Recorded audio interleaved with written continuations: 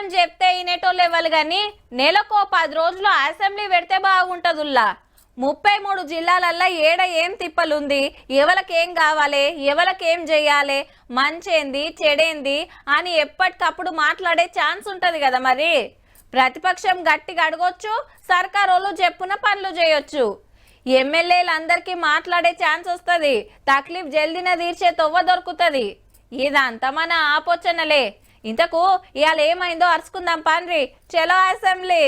ఏ దావోస్కు పోయి లక్షల కోట్లు పెట్టుబడులు వచ్చినాయి, అంతా బోకస్ అని బీజేపీ ఎమ్మెల్యేలు అగ్రిమెంట్లు చేపించడమని సర్కారోళ్ళు.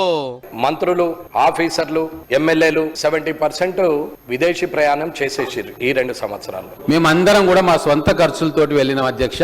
అకామిడేషన్ కూడా మా సొంత ఖర్చులతోటి పోయినాము. వాళ్ళు దావోస్ లో రాత్రి పడుకొని పొద్దున లేచినో లేదో కానీ ఇక్కడ మాత్రం పేపర్లలో 5 లక్షల కోట్ల పెట్టుబడులకు ఎంఓయూలు జరిగిపోయినట్టు. మీరు అడిగారు లాభం ఎంత అని.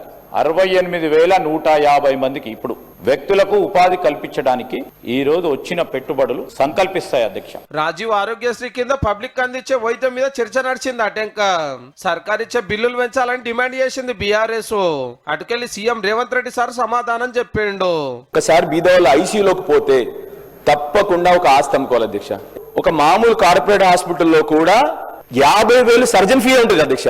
అలాంటిది మనం మొత్తం ట్రీట్మెంట్ కి ఈహెచ్ఎస్ లో 30,000 రూపాయలు పెడితే చిన్న చిన్న ఆసుపత్రులు మూతపడేటువంటి పరిస్థితి ఏర్పడ్డది. ఆరోగ్యశ్రీ కింద as on today pending bills ఎన్ని ఉన్నాయి?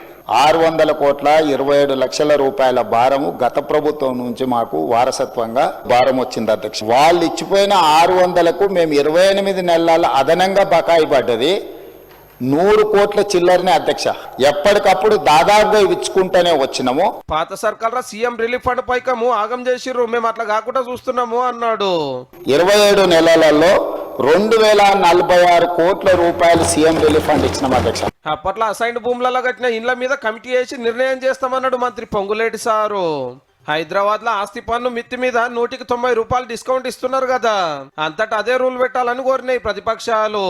ఇక 42% బీసీ రిజర్వేషన్లు ఇస్తామన్న కామారెడ్డి బీసీ డిక్లరేషన్ దళితులకు ఇచ్చిన హామీల మీద వెళ్ళయింది. ఇంకా మన జాతి అడక తింటాము అంటే మనం చేసేది కూడా ఏం లేదు.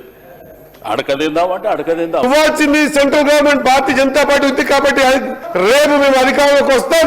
వచ్చినప్పుడు ఖచ్చితంగా బీసీలకు 42%. మేము అధికారంలోకి మీరు రిజర్వేషన్ల కోసం అడిగే రోజులు కూడా వస్తాయి. మన బై ఎలక్షన్ లో కూడా మా సోదరుడు నవీన్ ని పెట్టి నిలబెట్టి ఎన్ని కేసులు పెట్టినా నవీన్ గెలిపించుకునే ప్రయత్నం చేసినాం. అల్లుని నిలబెట్టి హైదరాబాద్ సిటీలో మీరు గెలిపించినట్టు సంతోషం. అంటే నేను చెప్తుంది అర్థమైతలేదు. చాలా మంది ఎమ్మెల్యేలు ఎన్నో ముచ్చట్లు ఇలా పెడితే సర్కార్ వాళ్ళు ఆన్సర్లు ఎప్పుడు నడిచింది. పాన్ షాపుల్లో కూడా ఇవాళ గాంజా, కొకైన్ దొరికే పరిస్థితి. డ్రగ్ పెడ్లర్స్ విచ్చలవిడిగా తిరుగుతున్నారు, వాళ్ళు డ్రగ్స్ అమ్ముతున్నారు. వామదుల వల్ల డ్రగ్స్ వాడుతారు. వాళ్ళని చేస్తే ఇవాళ దేశం మొత్తం రాష్ట్రం మొత్తంగా తెలంగాణ డ్రగ్స్ అంటే భయపడేటువంటి పరిస్థితి వస్తా ఉన్నది అధ్యక్ష.